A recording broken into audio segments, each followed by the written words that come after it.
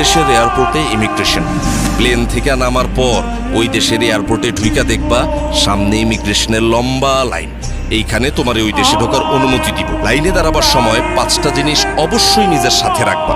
1 passport, 2 visa, 3 চাকরির চুক্তিপত্র, 4 পূরণকৃত ডিসএম্বার্গেশন ফর্ম, 5 পূরণকৃত কাস্টমস ফর্ম।